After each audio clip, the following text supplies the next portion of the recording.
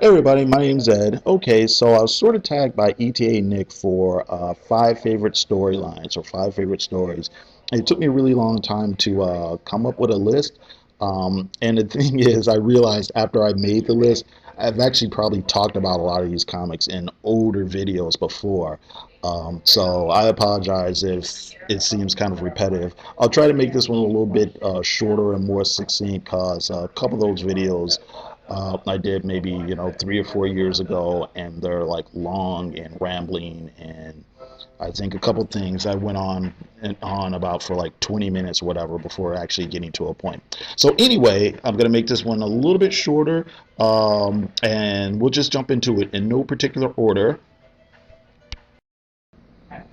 Okay, so let's start with Promethea by Alan Moore and J.R. Williams III on art.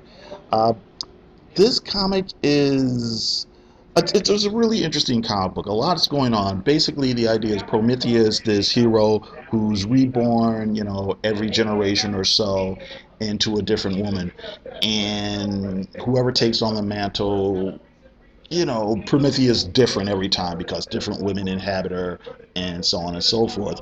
But at the same time, Prometheus also this fictional character, and the fictional character is kind of just as important as the real hero, if that makes any sense. But so we see how Prometheus existed in the days of the pulps. Prometheus existed in propaganda art. She's been in comic books and novels and things like that, and all those things are connected. The real Promethea is connected to the fictional Promethea, and all that sort of matters and shapes what goes on in the world. It's set in this kind of it's set in the present, even though it's kind of a almost futuristic sci-fi-ish city. And the idea is that mainstream superheroes, like the way we think of them in Marvel Comics or DC Comics, didn't catch on in this world. The big superheroes are really pulp influence type characters, like your Doc Savage type characters and Tarzan and whatnot.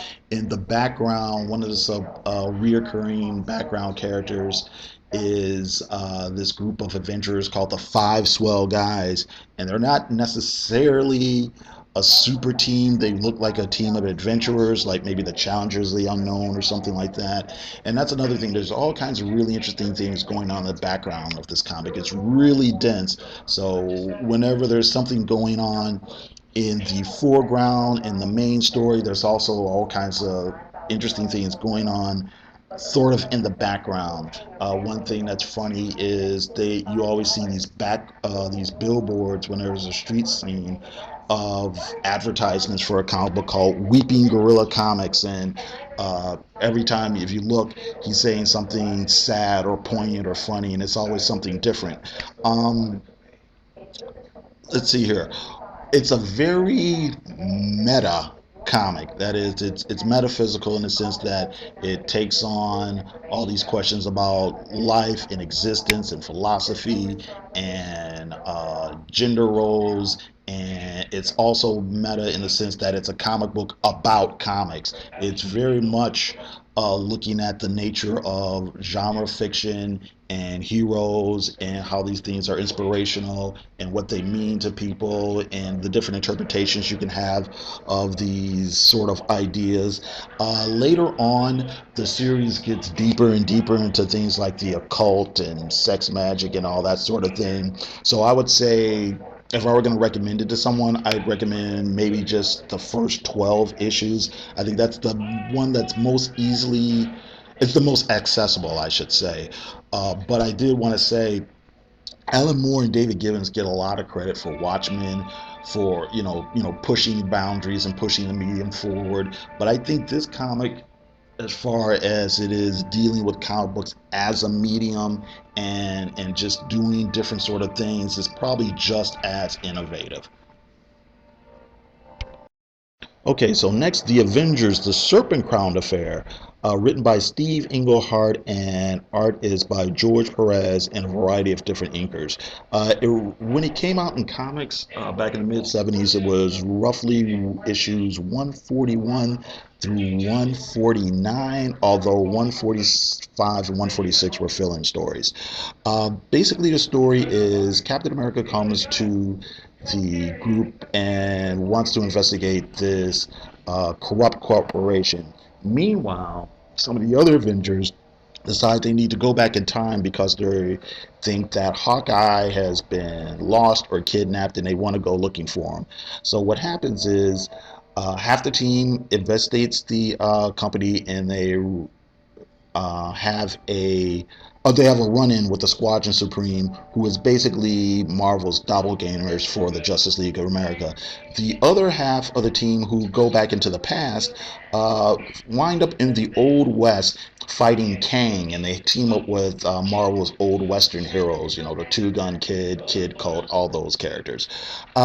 So it's just a really fun, crazy, mid 70s, anything goes type of comic. There's lots of action, there's lots of satire. Uh, this story was written during it's this post Watergate, post Vietnam. So there's some pot shots at politicians. Like I said, you get the spoof of the Justice League, you get the introduction of Hellcat, and it's just the type of comic you don't see as much of anymore. Not because people don't write as well, but just that sort of go for broke mentality where you just pile on, crazy incident after crazy incident and just try to have fun with it.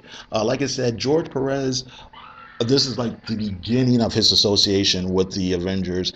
And some places the art's a little bit shaky, not because George is bad, but some of the inkers they matched him up with maybe might not have been the greatest fit, but it's still, still good art, very dynamic. The fight scenes are great, and yeah, it just, energetic layouts and whatnot. He would come a lot better as time goes on, but it's still really good stuff here. So so next is Love and Rockets Wigwam Bam by Jaime Hernandez. Uh, Basically, the start of the story, Jaime's most popular characters, Maggie and Hopi, there's an incident and they kind of part ways for a while. And Hopi ends up falling in with a different group of people, a little bit more arty, a little bit more alternative lifestyle living, and seem to be slightly more upper class. And basically, it's not a strong plot story, but there's lots of interesting scenarios and interesting things with characters, and the whole sort of thing of trying to find your way in life. You're in your mid 20s or so. Maybe you never had much of a direction and just kind of drifting in and out of different situations. And we see Hopi go from being, well, how should I say this? She starts out, she's pretty much, the confident character, the cocky character, wise ass person who's normally in control of every situation she's in. And as the story goes on, we find her getting into predicaments that maybe her smart at mouth can't actually always get her out of. And like I said, there's that part of it. There's this whole subtext where we get to meet other characters that we met earlier in the series, have they've kind of changed their lives a bit, and how other people are kind of stalling and stuck in place. And it's just a really interesting look at just the characters and how they're living their lives and how they're succeeding or not succeeding.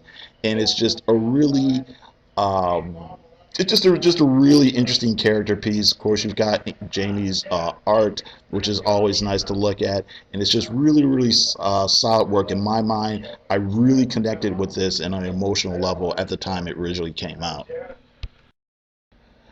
Next is, I would say, Frank Miller's first run on Daredevil. If I had to pick one comic or one storyline I like the best, though, a lot of people I think would pick the Death of Elektra, but I'm going to go for his last issue on the ongoing, which is issue 191, a story called Roulette. Basically, and this story comes pretty much right after the death of Elektra.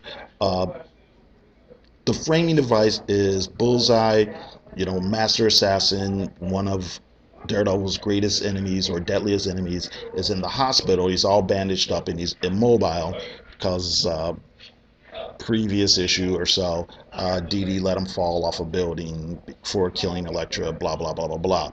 But now Daredevil has snuck into the hospital room and he's got a gun and he more or less forces Bullseye to play a game of Russian roulette with him. And it's kind of the framing device. And then Daredevil tells Bullseye this story about why he's there and why he's doing this particular thing. It seems that in his other identity as Matt Murdock, he got an offer to defend a client who was this I can't Jesus. I'm sorry, he was this corrupt judge. And Matt Murdock's not too sure about this guy, but he agrees to meet with him. He has dinner at the guy's house, and he finds out the man's son is a big Daredevil fan. And the guy seems a little bit shady. Matt hasn't made his mind up about him or not. Basically, as we go through the story, we find out that the kid gets picked on. He may or may not be emotionally abused at home. And he finds out that maybe the kid worships Daredevil for the wrong reasons. And we really get a kind of in-depth look at ideas of, violence, vigilantism, rule of law, and there's this real kind of, I don't want to say deconstruction, but I think Frank really does kind of analyze the nature of the type of comics he does, the nature of the superhero, the nature of action heroes, and does using violence work, or what type of message that it sends out. And I thought it was a really, really thoughtful piece. Okay, next is JLA Rock of Ages, written by Grant Morrison, and most of the art is by Howard Porter. The idea of the story is Lex Luthor and the Injustice Gang are going to take down the Justice League of America, but instead of having a fight with them, they're basically going to do it by using Lex Luthor's corrupt business practices. And for the most part, it works. Through a series of events and happenstance, half the team ends up in the near future where Darkseid has taken over the planet. So basically, the premise is you've got the group who's in the present. They must somehow figure out a way to get out of the traps and situations that Luthor and the other bad guys have them in, and the group that's in the near future has to figure out a way to take down Darkseid and then get back to the present and help their teammates. There's a lot more going on than just that, but that's kind of the gist of it in a nutshell. What really makes the story work is it's really tightly plotted. Grant Morrison has a really firm grasp on what makes the characters work and how to do this type of team comic with big crazy ideas. It really succeeds in feeling epic and really broad in scope.